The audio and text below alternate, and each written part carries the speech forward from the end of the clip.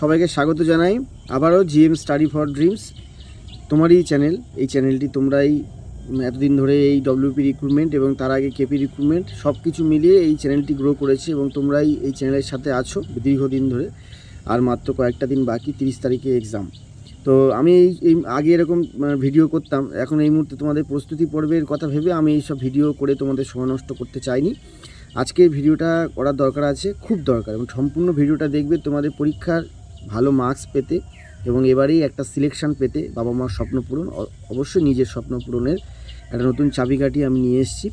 একটু টপিকগুলো শুধু শুনবে এবং নিজের সাথে শুধু অ্যাপ্লাই করবে, তোমাদের অবশ্যই কাজে লাগবে। একজন সফল ক্যান্ডিডেট হিসাবে আমি এটুকুই বলতে পারি, কম্পিটিশান যখন যেমনই হোক, সফলতা যে পায় তার কথা লোক একটু গুরুত্ব দেয়, আর যে পায় না তার কথা বেশি গুরুত্ব দেওয়া উচিত। তবু সমাজে তাকে দেয় না, কিন্তু দেওয়া উচিত। মেন কথা হচ্ছে, প্রথম যেটা আমি মনে করি, চিন্তা ভাবনা, মানে থিঙ্কিং মানে ওয়ে অফ থিঙ্কিং, এটা কিন্তু খুব খারাপ অবস্থায় তোমাদের রয়েছে। আমি গতকাল গ্রুপটা খুলেছিলাম, মেন গ্রুপ একটা আছে আমাদের, প্রায় 1000 জনের ক্যান্ডিডেট একটা গ্রুপ আছে, টার্গেট ডব্লিউবি পুলিশ। সেখানে আমি গ্রুপটা খুলেছিলাম, যে বলেছিলাম যে কারো ইংরাজি, অঙ্ক বা জিকে নিয়ে কিছু পাওয়ানো দরকার, সেগুলো আমাকে মেসেজ করো, এগুলো বলেছিলাম। আমি গ্রুপটা খুলেছিলাম, আমি গ্রুপটা বন্ধ রাখি অনেক কারণে, যে কারণগুলো সেই কারণগুলো আবারই হয়েছে।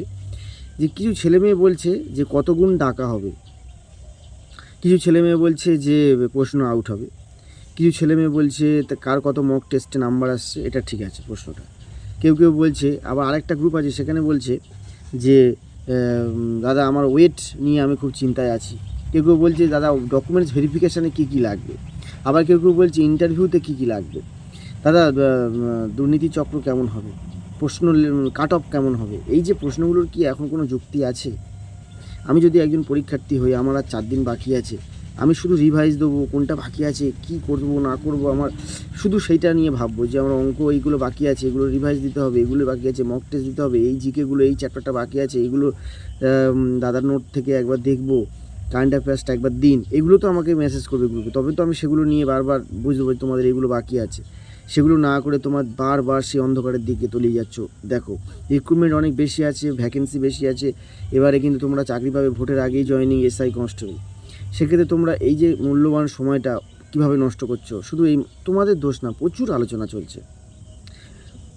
তোমরা নিজে থেকে প্রশ্ন করো, এই ভিডিওটা যারা দেখছো, এইগুলো আলোচনা কেন করবে? প্রথমে একতলায় উঠবো, আমার কাছে লিফট নেই, অনেক দিন আগেকার একটা বিল্ডিং, লিফট নেই, তাহলে আমার প্রথমে ফার্স্ট ফ্লোরে উঠতে হবে। তার মানে আমার প্রথম পরীক্ষাটা যে 85 নম্বরের মধ্যে আমাকে অন্তত জেনারেল হিসাবে 60+ স্কোর, এসসি হিসাবে 55+ স্কোর, আর নর্মাল এসটি 50, আর ওবিসি মিলিয়েই যাই হোক 50 থেকে 60-এর মধ্যে আমাকে একটা স্কোর করতে হবে, আর সিভিক ভলেন্টিয়ার আর হোমগার্ডদের অন্তত 40-এর মধ্যে স্কোর করতে হবে। এইটা তো আমার লক্ষ্য।